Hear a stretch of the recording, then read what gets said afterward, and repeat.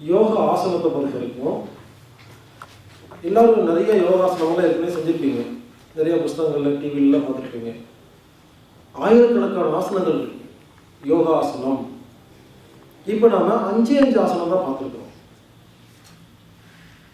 ஒரு ஆசனம் பண்ணும்போது எப்படி பண்ணணும்னு கேட்டிங்கன்னா பாருங்க, முதல் ஆசனம் எப்படி பண்ணலாம்? தாவடாசனம். முன்னால் திரும்பணுமா? இல்லை. பின்னால் வளைஞ்சோமா? இல்லை. சைடில் போடணுமா? இல்லை. ட்விஸ்ட் பண்ணணுமா? இல்லை. ஒன்றுமே பண்ணல, ஒரே பொசிஷன் இருக்குமா?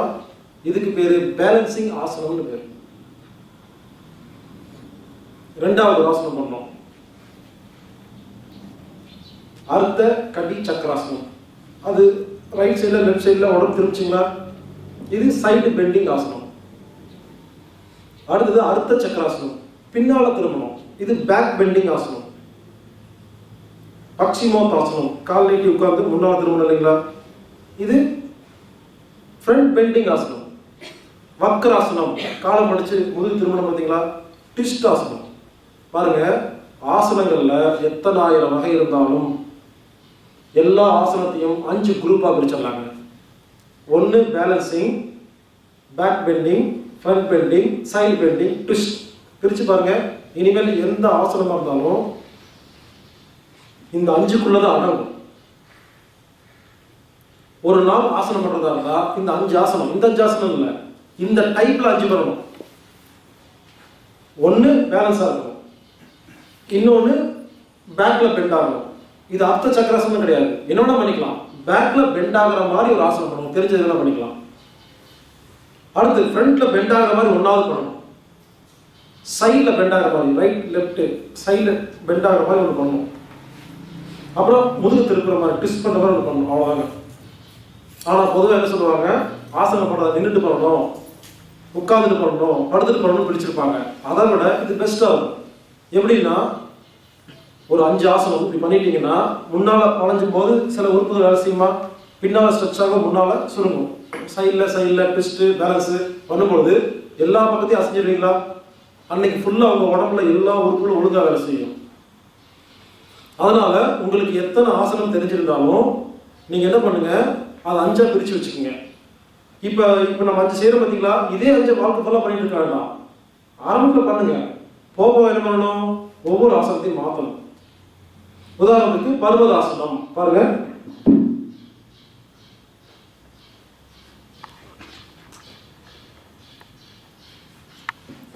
இந்த ஆசனம் உடம்பு ஃப்ரண்ட்ல பெண்ட் ஆச்சா, பேக்ல பெண்ட் ஆச்சா, ட்விஸ்ட் ஆச்சா, ஒண்ணு ஆகும். இது என்னது?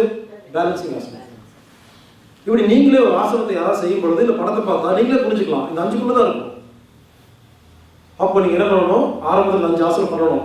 போக போக போக நீங்களா புக்கில் டிவில எல்லாம் பார்த்து ஆசனங்களை மாற்றணும். அந்த இடத்துல வக்ராசனத்துக்கு பொதுவாக முதுகு ட்விஸ்ட் பண்ணணும், ஏதாவது பண்ணுங்க. இன்னொரு விஷயம், எந்த ஆசனம் உங்களுக்கு நல்லா வருதோ அதை செய்யாதீங்க. சில பேர் இருப்பாங்க, சில ஆசனம் நல்லா செய்வாங்க, அதை செஞ்சுக்கிட்டே இருப்பாங்க, பிரயோஜனம் இல்லை. எப்போ நெத்தி போய் மூட்டை தொட்டுச்சோ என்ன அர்த்தம்? ஃப்ரண்ட் பெண்டிங்ல சூப்பரா உடம்பு இருக்குன்னு அர்த்தம். இன்னொன்று செஞ்சு பாருங்க, வராது. எது வரலையோ அதை செய்யணும். ஏன்? அந்த இடத்துல தான் நோய் இருக்குன்னு அர்த்தம், அந்த இடத்துல ஃபிளெக்சிபிள் இல்லைன்னு அர்த்தம். அப்ப எந்தெந்த ஆசனம் எல்லாம் உங்களுக்கு வராதோ நீங்க ட்ரை பண்ணுங்க. ஒருவேளை இந்த காலை எடுத்து இங்க போடணும், எல்லாரும் பண்ணுவீங்களா? யாரும் பண்ண மாட்டோம், பரவாயில்ல. அது சும்மா ட்ரை பண்ணுங்க. சும்மா முதல் கால் எடுத்து வைங்க, இங்க வரும், அடுத்த நாள் இங்கே வரும், அடுத்த நாள் இங்கே வரும், அடுத்த நாள் இங்கே வரும், ஒரு நாள் வச்சுருவீங்க. ஸோ எது வரலையோ அதை ட்ரை பண்ணணும். இப்படி சைடில் போறீங்க, எடுத்து கொண்டு போய் இந்த இடத்துல வச்சு முட்டி வந்து நெத்தி தொடணும். முதல் நாள் முடியாது, இவ்வளோதான் வரும், பரவாயில்ல. அடுத்து வரும், அடுத்து வரும், தொட்டுருவீங்க. 10 நாள் ஆகும், 1 மாதம் ஆகும், பரவாயில்ல. எது வரலையோ செய்யணுங்க. அதனால ஆசனங்களை பொறுத்த வரைக்கும் 5 குரூப்பாக பிரிச்சிடலாம். இப்போ 5 மட்டும் தான் நம்ம பார்க்குறோம், இங்கே 5 மட்டும் தான் பார்ப்போம். நீங்கள் வீட்டுக்கு போய் நீங்கள் டிஃப்ரெண்ட்டாக நீங்கள் ட்ரை பண்ணுங்க. ஒரு நாள் ஆசனம் பண்ணுறதா இருந்தால் 5 பண்ணிட்டு பாருங்க. ஏதோ இந்த 5 டைப்ல ஏதோ பண்ணுங்க, அன்னைக்கு உடம்பு கண்ட்ரோல் ஆகும். அதே மாதிரி எக்ஸசைஸ் 10 ஜாயிண்ட் பார்த்து பண்ணீங்களா? 10 ஜாயிண்ட்ல நாம சொன்னது சாஃப்ட்வேர் தான்.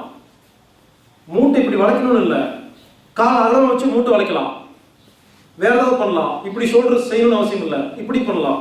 ஆக மட்டும் நீங்க பயிற்சி கொடுக்கறது ஷோல்டருக்கு அடி புரிஞ்சுக்கங்க. உலகத்தில் இருக்கிற எல்லா எக்ஸசைஸும் பாருங்க, மிஞ்சி மிஞ்சி போனால் இந்த 10 ஜாயிண்ட் ஆக்டிவேட் பண்ணுற மாதிரி தான் இருக்கு. வேற என்ன இருக்கு? இது நான் கொடுத்துருக்கிறது ஒரு சாஃப்ட்வேர். இதே பயிற்சி செய்யக்கூடாது. இது சம்பந்தமா நீங்களே யோசிச்சு என்ன பண்ணணும், இனிமேல் ஃபியூச்சர்ல இந்த பயிற்சி மாதிரியே வேற எதாவது சேர்த்திக்கணும். முதல் பயிற்சி கணுக்கால கொடுத்தணும், அவ்வளவுதான். உங்களுக்கு தெரிஞ்ச பயிற்சி என்ன பண்ணலாம். அடுத்து மூட்டு, அடுத்து இப்படிதான் ஞாபகம் வச்சுக்கணும். அங்க செய்ய போற அந்த பயிற்சி ஞாபகம் வச்சுக்க வேண்டாம், இடம் மட்டும் ஞாபகம் வச்சுக்கோங்க. உங்களுக்கு தெரிஞ்ச பயிற்சியில மாத்திட்டே வாங்க. இப்ப நம்ம அந்த 5 ஆசனங்களை செய்யலாம்.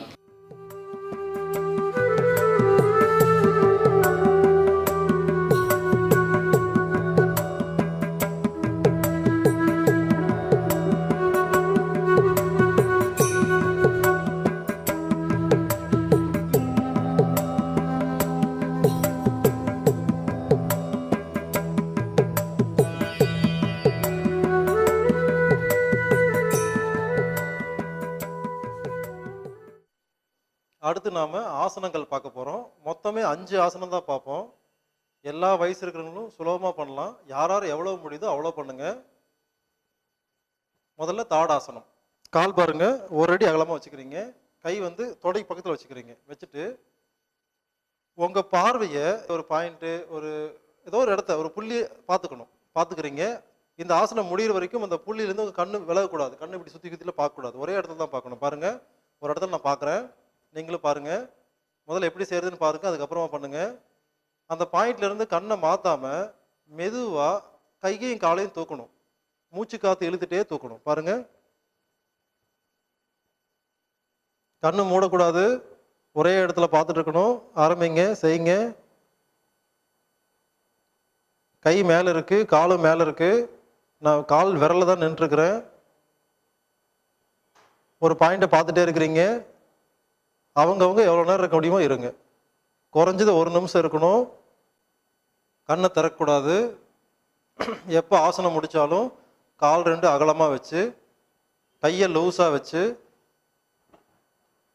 தலையை தொங்க போட்டு 3 மூச்சு காற்று உள்ளே போகிறதையும் வெளியே வரதையும் வேடிக்கை பார்க்கணும்.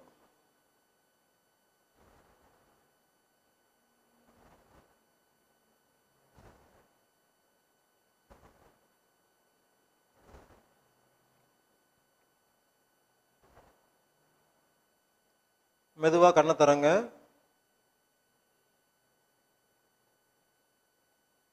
அடுத்த ஆசனம் அர்த்த சக்கராசனம். பாருங்க, கால் 2 சேர்த்து வச்சுக்கணும். கை விரலை பாருங்க, விரல்கள் மேல் நோக்கி வச்சு இடுப்புல வைக்கணும். இந்த மாதிரி வைக்க முடியாதவங்க இந்த மாதிரி இடுப்புல வச்சுக்கலாம்.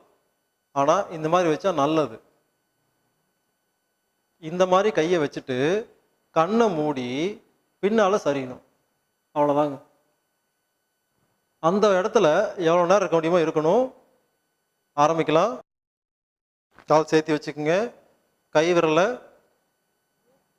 இடுப்பு பகுதியில் வைங்க. மேல் நோக்கி கை விரல் இருக்கணும். கண்ணை மூடுங்க, பின்னால சரிங்க.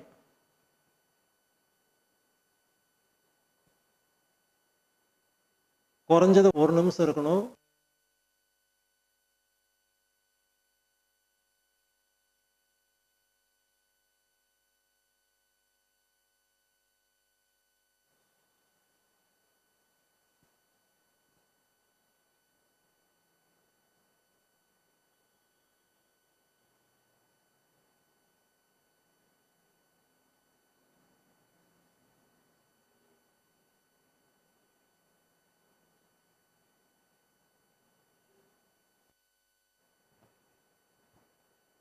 திரும்பி வரும்போது பொறுமையாக வரணும். கால் 2 அகலமாக வச்சுக்கோங்க. கையை லூஸாக வச்சுக்கோங்க. தலையை தொங்க போட்டு ஓய்வு எடுங்க.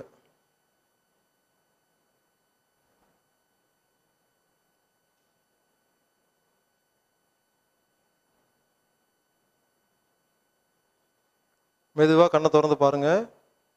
அடுத்து நாம உட்கார்ந்துட்டு 2 ஆசனம் பண்ண போறோம். கால் நீட்டி உட்காந்துக்குங்க. கையை பக்கவாட்டில் வச்சுக்கோங்க. மூச்சு காற்று இழுத்துட்டே கையை மேலே தூக்கணும். இப்போ உடம்பு, கை, தலை எல்லாமே முன்னால போகணும். பாருங்க, இந்த மாதிரி கை தனியா தலை தனியாக வரக்கூடாது, தலையோடு சேர்ந்து கை வரணும்.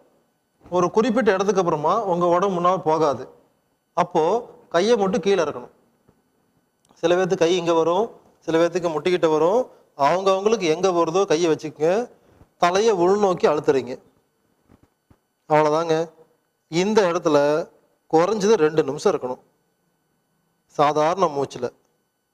அதுக்கப்புறமா கை மட்டும் மேலே வரணும், தலையோடு சேர்ந்து வரணும், கையை பக்கவாட்டில் போகணும்.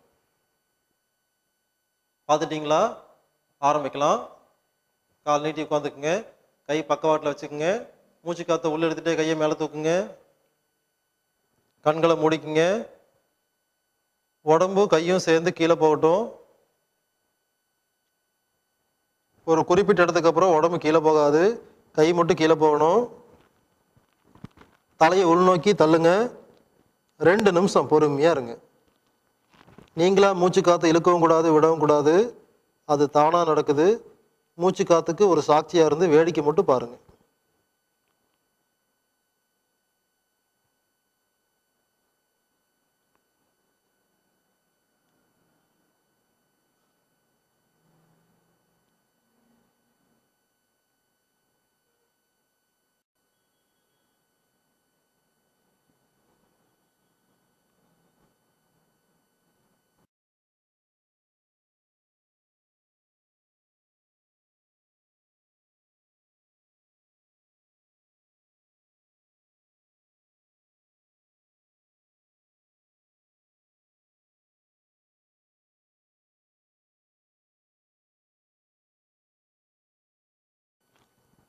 மெதுவாக கையை மட்டும் முதல்ல மேலே கொண்டு வாங்க. தலை, உடம்பு, கை 3ஐயும் சேர்த்து நேராக கொண்டு வாங்க. மூச்சு காற்றை லேசாக வெளியே விட்டுட்டு கைகளை பக்கவாட்டில் கீழே இருக்குங்க. கால் 2 அகலமாக வச்சு கையை பின்னால் வச்சு கொஞ்ச நேரம் ஓய்வு எடுத்துக்குங்க. கழுத்தை பின்னால் தொங்க போடணும்.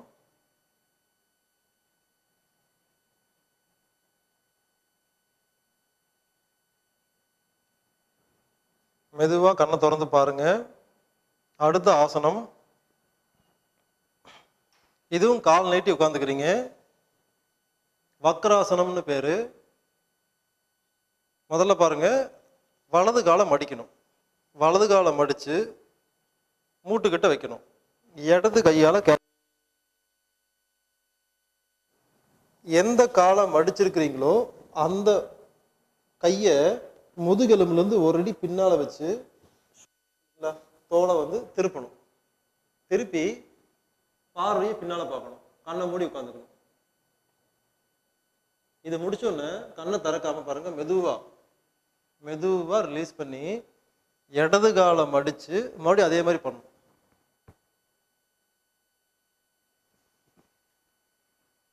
ஆரம்பிக்கலாம். 2 கால் நீட்டி வச்சுக்கோங்க. முதல்ல வலது காலை மடக்குங்க. இடது கையால் கேட்ச் பிடிச்சி எந்த காலை மடிச்சிருக்கீங்களோ அந்த கையை முதுகலை பின்னால் ஒரு அடி, விரல்கள் வெளிநோக்கி வச்சு தோள்களை திருப்பி முதுகை ஒரு பெட்ஷீட் துவைச்சதுக்கப்புறம் புழிஞ்சா எப்படி புழிவீங்களோ அந்த மாதிரி புழிஞ்சு பின்னால் பார்த்து கண்ணை மூடி உட்காந்துக்குங்க. 1 நிமிஷம்.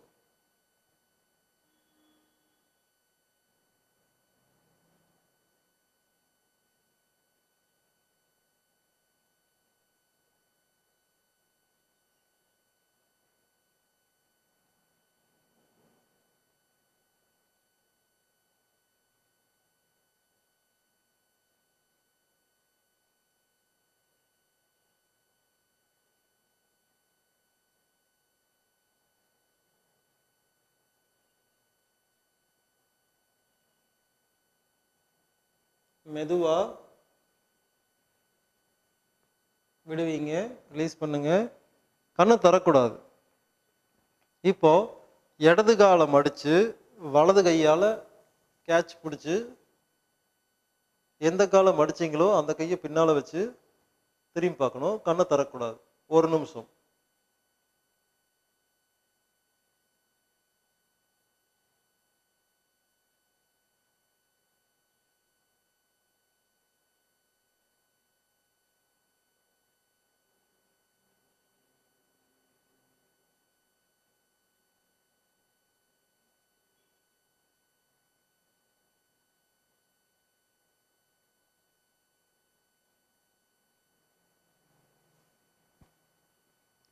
மெதுவாக ரிலீஸ் பண்ணிக்கோங்க.